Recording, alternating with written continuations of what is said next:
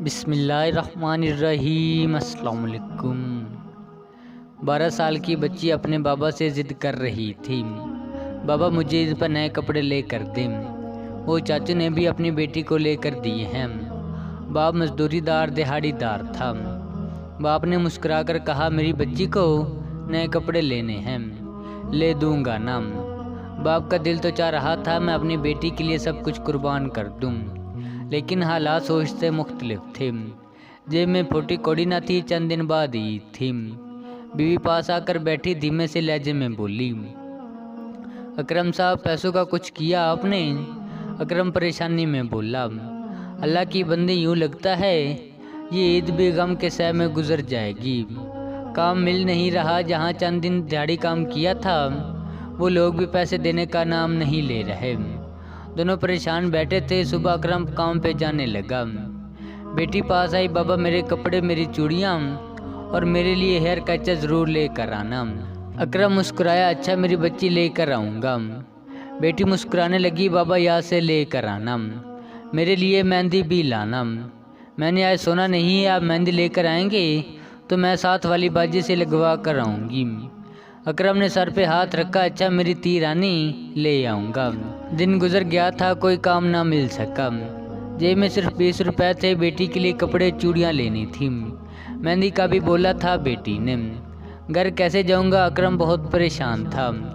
बाजार से गुजर रहा था, बेटी का चेहरा आंखों के सामने था। ना जाने दिल में क्या सोची, चोरी का मन बना लिया। शायद कि बेटी को खुशियों के पल देना चाहता था। एक दुकान पे गया, वहाँ रश काफ़ी था। चुपके से एक फिराक उठाई और छुपा ली, किसी को खबर ना हो सकी। चलते हुए चूड़ियाँ उठाने लगा कि किस्मत हार गई। एक शख्स ने देख ली और शोर मचा दिया, पकड़ो चोर को। अकरम भागने लगा कि लोगों ने दबोच लिया। हाथ में बेटी के लिए चूड़ियाँ पकड़ी हुई थी। एक शख्स आगे बढ़ा, अकरम के मुंह पे थप्पड़ मार दिया। कुत्ते इंसान चोरी करता है? एक चिल्लाकर बोला, तलाशी ले कमीने की। बेटी के लिए फ्राक चोरी की थी, वो भी बरामद हुई। एक शख्स आगे बढ़ा, गिरबान से पकड़ा और बुरी तरह अकरम को मारने लगा। कपड़े फाड़ दिए। अकरम हाथ जोड़े माफ़ी मांग रहा था, मैं चोर नहीं हूँ, मैं चोर नहीं हूँ। लेकिन कौन सुनने वाला था?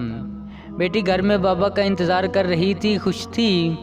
मेरे बाबा नए कपड़े लेकर आएंगे, मेहंदी लगाऊंगी हाथ पे, पापा नए जूते भी लेकर आएंगे। अकरम के चेहरे से खून बह रहा था। फटे कपड़े, बुरा हाल। कुछ लोग इसकी गरीबी का मजाक उड़ा रहे थे। मोबाइल पे वीडियो बना रहे थे। एक लड़का वीडियो बनाते हुए बोला, नाजरीन जी, हमने आज का चोर पकड़ा है। सुना है पहले भी बहुत सी चोरियां कर चुका है, इसको पुलिस के हवाले किया जाएगा। अकरम रोते हुए बोला, मेरी फरियाद सुन लो कोई इंसान, मैं चोर नहीं हूँ। मैं हार गया था हालात के सामने, मैं चोर नहीं हूँ। एक शख्स आगे बढ़ा, उसने अकरम को गिरबान से पकड़ा। बेगैरत, शर्म नहीं आती तुमको चोरी करते हुए? अल्लाह का डर नहीं है तुमको क्या? अकरम ने नज़रें झुका ली। अकरम लोगों को देख रहा था। मेरी गरीब की आवाज़ सुनने वाला कोई भी नहीं। सब ने मुझे कितना ख्वार कर दिया। इतने में मेरा गुजर बाजार से हुआ। मैंने देखा एक शख्स ज़मीन पे बैठा हुआ, चेहरे से खून बह रहा है, कपड़े फटे हुए। कार रोकी, लोगों से पूछने लगा क्या हुआ है यहाँ? तो लोगों ने बताया, सर जी चोर पकड़ा है, चोरी करके भाग रहा था। मैंने चेहरे की जानिब देखा, शक्ल से चोर नहीं लग रहा था।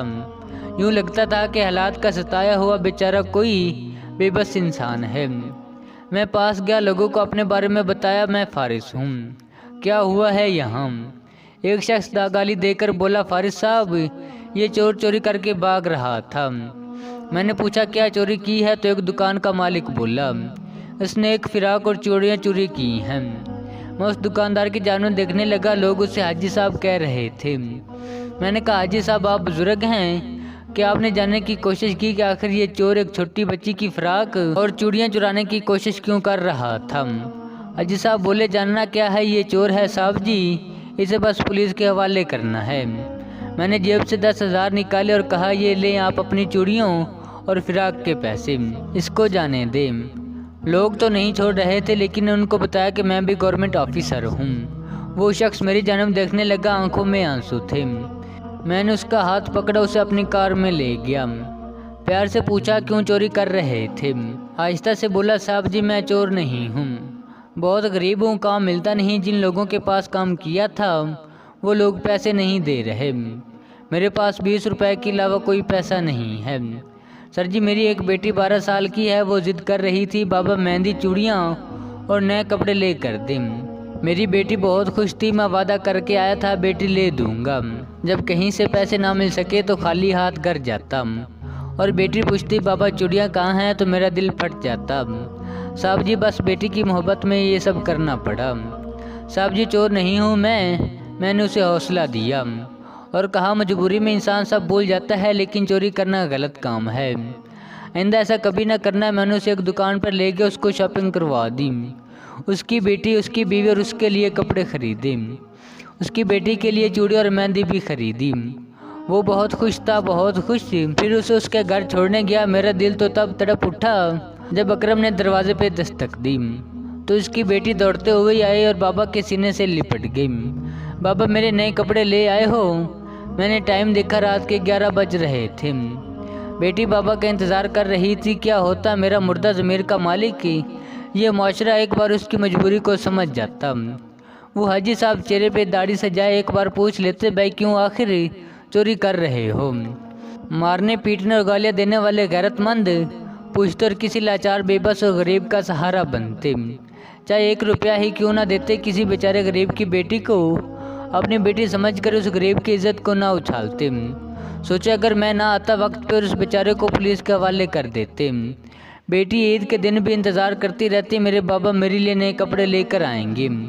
खुदारा अपने इर्द गिर्द ऐसे हकदारों को तलाश करें जिनके घर ईद की खुशियाँ आपकी छोटी सी नेकी से जगमगा सकती हैं। किसी गरीब बेबस को चुपके से चंद पैसे दे दें कि वो अपनी बेटी को ईद के मुस्कुराहटें खरीद कर ला दे, ना कि कोई बेचारा अकरम की तरह मजबूर हो गलत कदम उठाए और फिर हम गैरतमंद बनकर उसकी इज्जत उछालने लगें और किसी बेटी की आंखों में गम के आंसू छलक जाएं और बेचारा बाप वो अपनी बेबसी पे चीख चीख कर रो रहा है और कहता रहा मैं तो सिर्फ अपनी बेटी के लिए भटक गया था। चलिए मोहब्बत और इंसानियत की जानिब एक कदम बढ़ाते हैं। ईद की खुशियों में गरीब और बेबस लोगों को भी साथ मिलकर शामिल करते हैं। किसी एक के घर में अगर हमारी वीडियो देखकर खुशियां बिखर गई तो हमारा मकसद पूरा हो जाएगा। इख्तिताम।